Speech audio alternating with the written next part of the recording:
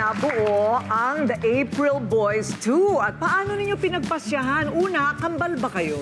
Hindi po. Ay, hindi kayo kambal? Magpinsan po kami. Magpinsan. Okay. Yes po, Ate Coring. Oo. So, paano nyo naisip? Teka muna, sandali. So, matagal na ba kayong kumakanta? Pinractice nyo ba ito? Matagal na po kaming nagkasama nito ni pinsan ko. Okay, kasi banda po kami doon sa amin. At hindi rin naman po kami parang sabi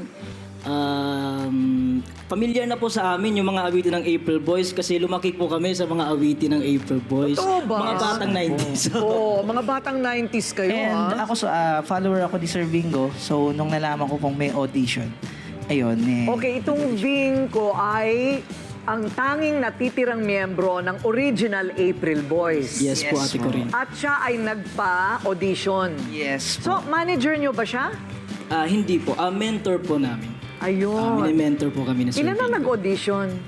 Out of 300 po. Yes, Wow. opo. 300. Yes po. Dalawa lang ang napili niya. Dalawa lang po talaga yung plano na piliin. Opo. At nagkataong magpinsan kayo. Yes nga Opo, po. dalawa po kasi kaming ng audition. Pinalad. Pinalad naman talaga. Yes po, kaya nagpapasalamat po kami kay Sir Bingo Rihino. Ayan, thank you po, sir. Okay, so kayo ngayon ay, sumisikat na. Thank you po. Ano naman ang feeling? Namimigay din ba kayo ng sombrero? Yes po. Namimigay din kayo ng sombrero? O, mamaya Okay, magbibigay. Ryle. Magkano yung tinatabi yung budget para sa mga sombrerong pinamimigay ninyo? Hindi na po namin yun na... Kay manager na po yun. Siya na po bahala dun, sir. Kay manager na lang. Yes po. Siya ang bahalang gumastos. Alam mo, Oh. Ate Coring, syempre maaga ako nagsimula bilang DJ. So yung naabutan ko ang April Boys talaga.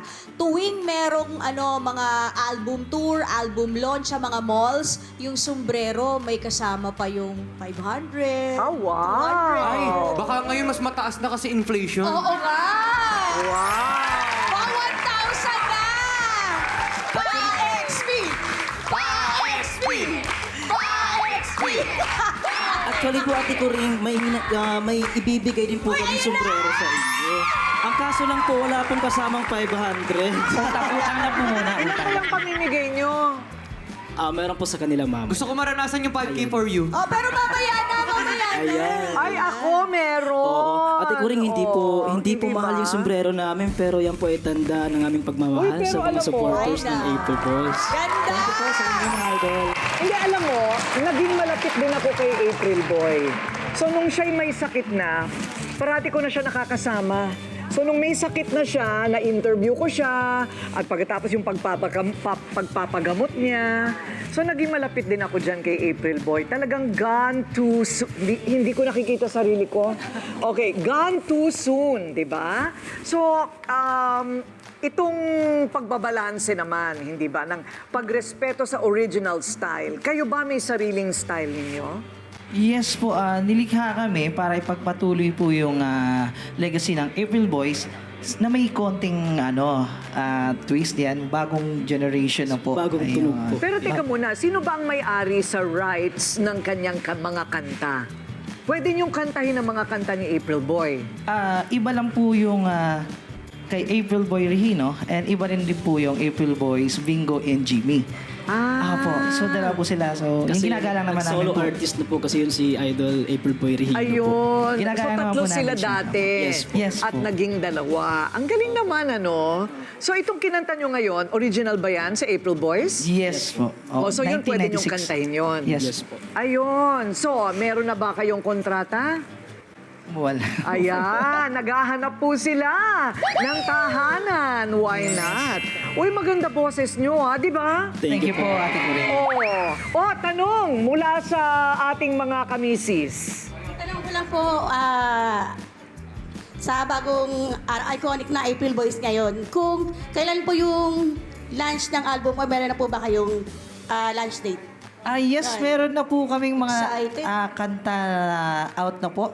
Ayan, sa different platforms.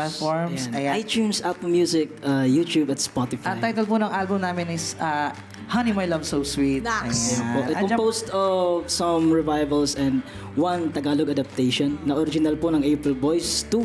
At gawa pa rin po ng aming mentor na si Sir Bingo Rihino. Ito ang tanong, paano ang pinakamahirap na bahagi ng pagsunod sa yapak ng April Boys?